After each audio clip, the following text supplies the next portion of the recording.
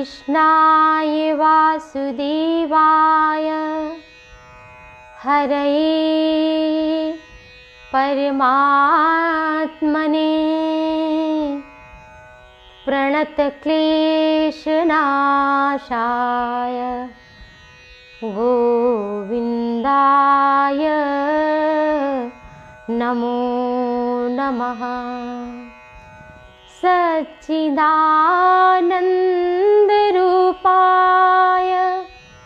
विश्वोत्पत्त्यादि Hathaway तापत्रय विनाशाय श्रीकृष्णाय वयं नुमः। भगवान श्री नर नारायण के श्री सीताराम जी के राधा वल्लभ के चरण कमल में प्रणाम करते हुए आइए हम सभी प्रभु के नाम का संकीर्तन 2 मिनट करते हैं, अपने मन वाणी को पवित्र करते हैं और आगे हम सभी प्रवेश करते हैं आगे की चर्चा में। तो चलिए श्रद्धा भक्ति भाव से 2 मिनट। गोविंद जय जय गोपाल जय जय गोविंद जय जय गोपाल जय जय गोविंद जय जय गोपाल जय जय गोविंद जय जय गोपाल जय जय राधा रमण हरि श्री कृष्ण जय जय राधा रमण हरि श्री कृष्ण जय जय गोविंद जय जय गोपाल जय जय गोविंद जय जय गोपाल जय जय गोविंद जय जय गोपाल जय जय राधा रमण हरि श्री कृष्ण जय जय राधा रमण हरि श्री कृष्ण जय जय राधा रमण हरि श्री कृष्ण जय जय राधा रमण हरि श्री कृष्ण जय जय गोविंद जय जय गोपाल जय जय गोविंद जय जय गोपाल जय जय। आप सभी स्वस्थ हो, निरोग हो, प्रभु के चरण कमल में सभी का प्रेम बना रहे, आप सभी स्वस्थ हो, इसी शुभकामना के साथ श्री न्यूज चैनल पर आइए आज के इस धार्मिक यात्रा में हम सभी फिर से एक बार गीता की चर्चा करें। श्रीमद् भगवत गीता का परिचय आप सभी ने सुना, किसने किसको सुनाई, कितने अध्याय हैं, उसका सार क्या है, श्रीमद् भगवत गीता में अंतर क्या है, सबसे पहले गीता किसने सुनी, ये सभी कुछ आपने श्रवण किया।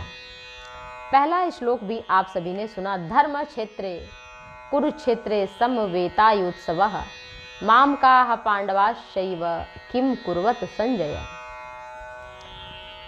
तो जब पूछा संजय से धृतराष्ट्र ने कि हमारे और पांडव के पुत्रों ने क्या किया,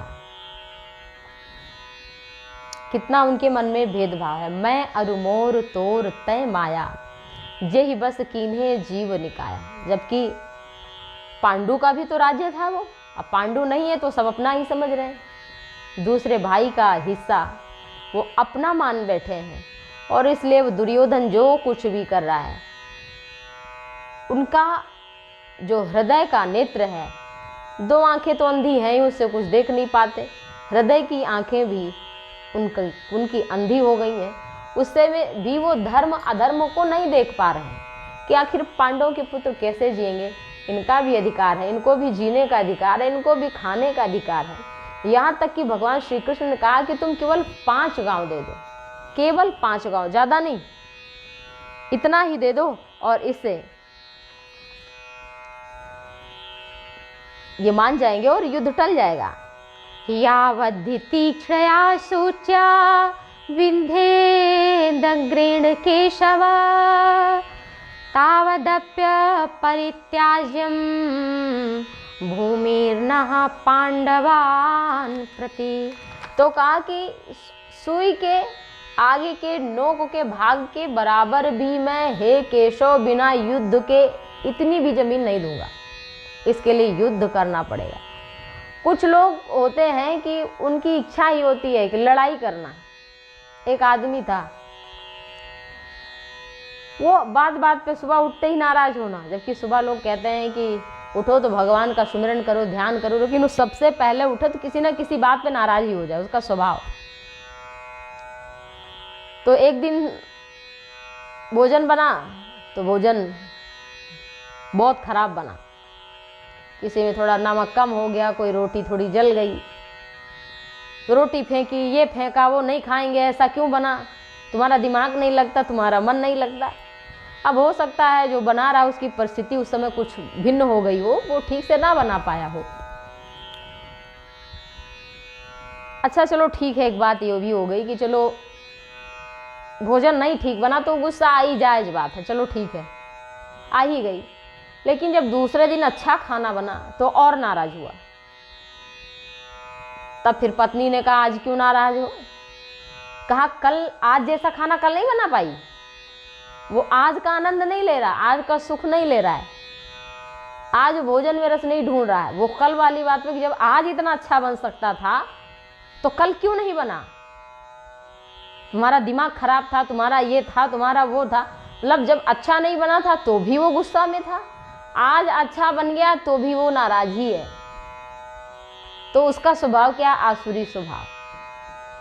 तो जिसके भीतर में ये अज्ञानता वास करता है, उसके जीवन से कुछ भी हो जाए साधन, कितना भी बढ़िया मकान बना हो, कितनी भी बड़ी बड़ी गाड़ियां हो, कितना भी उसका यश हो, लेकिन उसके जीवन में शांति नहीं आ पाएगी। क्यों? क्योंकि उसकी मानसिकता ही खराब हो चुकी है।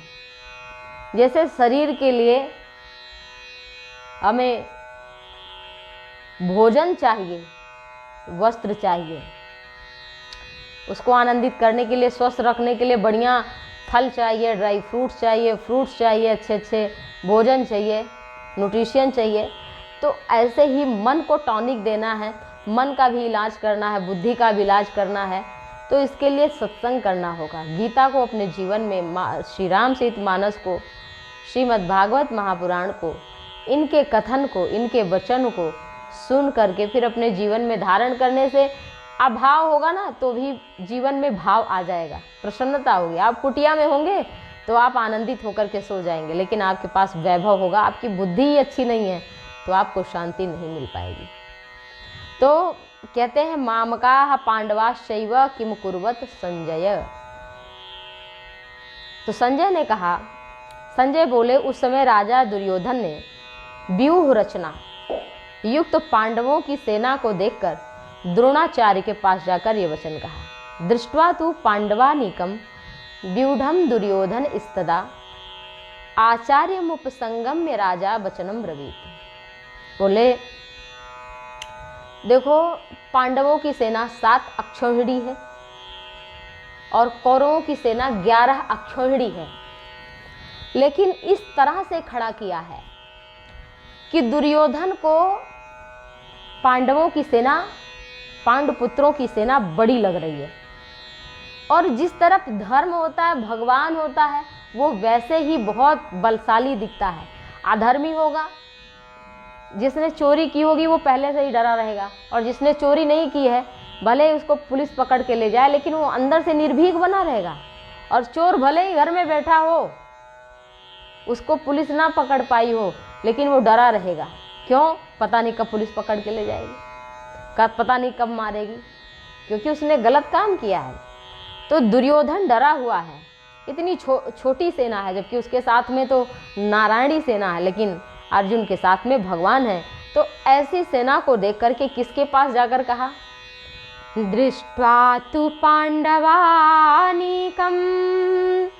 व्यूढ़म दुर्योधनस्तदा आचार्यमुपसंगम्य राजा वचनम ब्रवीत।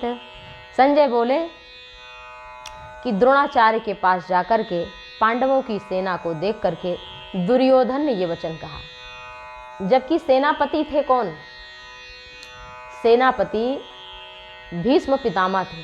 तो भीष्म पितामह के पास जाना चाहिए था युद्ध प्रारंभ हो रहा उससे पहले, लेकिन वो सबसे पहले किसके पास गए? द्रोणाचार्य के पास। क्यों? क्योंकि उसके मन में ये पहले से ही शंका है कि द्रोणाचार्य के शिष्य हैं अर्जुन, तो ये पक्षपात ना करें। तो पहले ही गया और कहा कि हे आचार्य, आचार्य कह रहा कि आपने अर्जुन को भी सिखाया है भेदभाव मत करिएगा, आप मेरी तरफ हैं तो मेरी तरफ से ही अंदर और बाहर दोनों तरफ से युद्ध करिएगा। ऐसा नहीं कि शरीर से आप इधर से खड़े हैं और युद्ध आप उधर से करें, ऐसा मत करिएगा। पश्यैताम पांडुपुत्राणाम महतीमाचार्य महतीम चमूम व्यूढ़ाम द्रुपद पुत्रेण तव शिष्येण धीमताम। काहे आचार्य, आपके बुद्धिमान शिष्य द्रुपद पुत्र धृष्टद्युम्न व्यूहाकार खड़ी हुई पांडवों की इस भारी सेना को देखिए। और जिसके तरफ भगवान हो तो भारी हो ही जाएगा, जिसके तरफ धर्म है सत्य है तो बलवान तो हो ही जाएगा। इस सेना को देख करके इस तरह से जो प्रधान सेनापति हैं उनको दुर्योधन द्रोणाचार्य को बता रहा है और कहा, जो प्रधान सेनापति हैं उनसे कहा कि भीष्म द्वारा रक्षित हमारी सेना सब प्रकार से अजय है। यानी कि अश्वत्थामा बलिर्व्यासो हनुमान विभीषणा कृपा परशुरामस्य सप्तैते चिरजीविनः, ये 7 चिरंजीवी हैं, मतलब अमर हैं। अश्वत्थामा तो अजर अमर है। अब देखो कैसे बता रहा है कि आप हमारी सेना को भी देखिए, उधर का भी गिना रहा है और अपनी तरफ का भी दुर्योधन की। उनकी सेना तो बहुत बड़ी विशाल है, लेकिन हे गुरुदेव, हे भीष्म पितामह से कह रहा है कि आप अपनी भी सेना को देखिए, कोई कम नहीं है। अश्वत्थामा जिसे कोई मार ही नहीं सकता, कृपाचार्य 2 तो ऐसे हैं जो अमर है, जो किसी अस्त्र शस्त्र से मारे जा ही नहीं सकते। अब सोचो जिसके साथ में ऐसे लोग खड़े हैं। ये बता रहा है कि शिखंडी ना आने पाए, क्योंकि शिखंडी के आते ही भीष्म पितामह का वध हो सकता है। उनकी रक्षा करें। अब देखो, एक तो लड़ना, युद्ध भी करना है और एक तरफ भीष्म पितामह की भी रक्षा भी करना है। तो इस तरह से प्रसन्न करने के लिए एक साथ में शंख नगाड़े ढोल मृदंग सब बज उठे, भयंकर युद्ध हुआ। भगवान श्री कृष्ण के पास जो सारथी बने हुए हैं 4 घोड़े हैं और उन्हें गंधर्व ने दिया था ये घोड़े। ऐसा शास्त्रों में वर्णन आता है कि ये गंधर्व ने दिया था। कुछ दैत्यों के साथ युद्ध कर रहे थे तो गंधर्व ने ऐसे घोड़े दिए जो कभी मारने पर भी नहीं मरते। जितने मारते हैं 100 मारते हैं, 100 घोड़े दिए थे तो उतने फिर से हो जाते हैं। उन 100 घोड़े में से जो गंधर्वों ने अर्जुन को दिया है, उन घोड़ों में से 4 घोड़े श्वेतर हैर युक्ते महति स्यंदने स्थितौ माधवः पांडवाश्चैव दिव्यौ शंखम प्रदद्मतुः। पहले तो इधर भीष्म पितामह ने शंख ध्वनि की। भगवान श्री कृष्ण उस स्वरूप का ध्यान करो कि 4 सफेद घोड़े हैं, पीछे अर्जुन बैठे हुए हैं, रथ से जुते हुए घोड़े हैं। भगवान श्री कृष्ण के हाथ में डोरियां हैं, वो रस्सियां हैं, विराजमान है। युद्ध भूमि है, वो धर्म भूमि है, जहाँ केशव की एक झलक पाकर के भी कोई मुक्त हो जाए, समर्पित हो जाए, सब कुछ प्राप्त कर ले। ऐसे भगवान भक्त के वश में आज सारथी बने हैं और भगवान ने भी शंख बजाए। भगवान के शंख का क्या नाम है, सभी सुन लें। पांचजन्यम ऋषिकेशो देवदत्तं धनंजयः पौंड्रं दधमौ महाशंखं भीमकर्मा वृकोदरः। भगवान श्री कृष्ण के शंख का नाम है पांचजन्य। जब भगवान श्री कृष्ण पढ़ने गए थे गुरु के यहाँ, सांदीपनी मुनि के आश्रम उज्जैन में, तब गुरु शिक्षा दीक्षा जब उनकी पूरी हुई तब भगवान श्री कृष्ण, माता पिता गुरु का सम्मान सदैव करना चाहिए।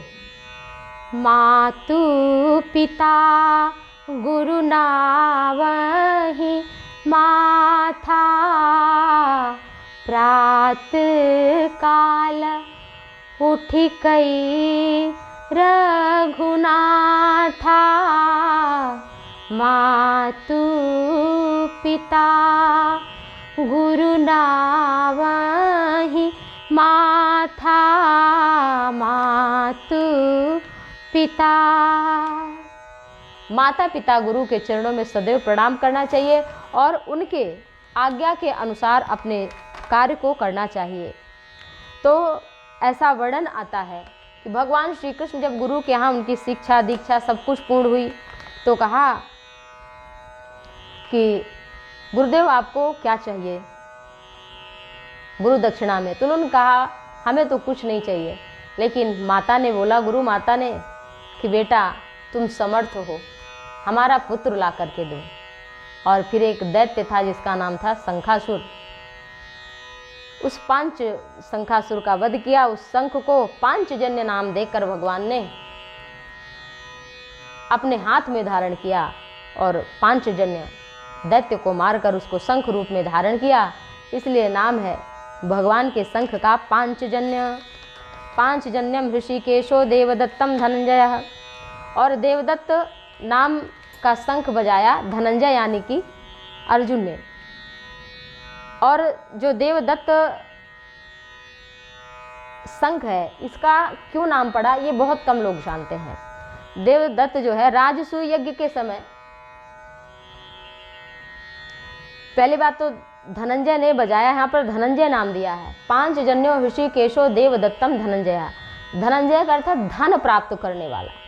जब राजसूय यज्ञ हो रहा था तो उससे पहले सारे राजाओं को जितना आवश्यक था वही राजसूय यज्ञ कर सकता था। तो अर्जुन ने राजसूय यज्ञ को जीता और वहाँ राजाओं का धन मिला, उसमें से कुछ कुछ धन वहाँ से लेकर के आए, बहुत धन इकट्ठा हो गया था, तो इसलिए नाम पड़ा धनंजय। निवात कवच आदि दैत्य को मार करके उनके साथ युद्ध कर रहे थे, तब उस समय इंद्र देवता प्रकट हुए और उन्होंने देवदत्त नाम का ये शंख अर्जुन को प्रदान किया। किसने दिया? इंद्र देवता ने अर्जुन को देवदत्त नाम का शंख प्रदान किया। और आगे लिखा है, अनंत विजयम राजा कुंती पुत्रो युधिष्ठिरः नकुलः सहदेवश्च सुघोषमणिपुष्पकौ। और भीमकर्मा वृकोदर, भीमकर्मा नामक महाशंख को वृकोदर यानी कि भीम ने बजाया। और अनंत विजय राजा कुंती पुत्रो युधिष्ठिरः, यहाँ पर देखिए कुंती पुत्र नाम आ रहा है और क्या आ रहा है साथ में? अनंत विजयम राजा। तो यहाँ पर पहले ही कह दे रहे हैं कि आगे भविष्य में राजा कौन होने वाला है?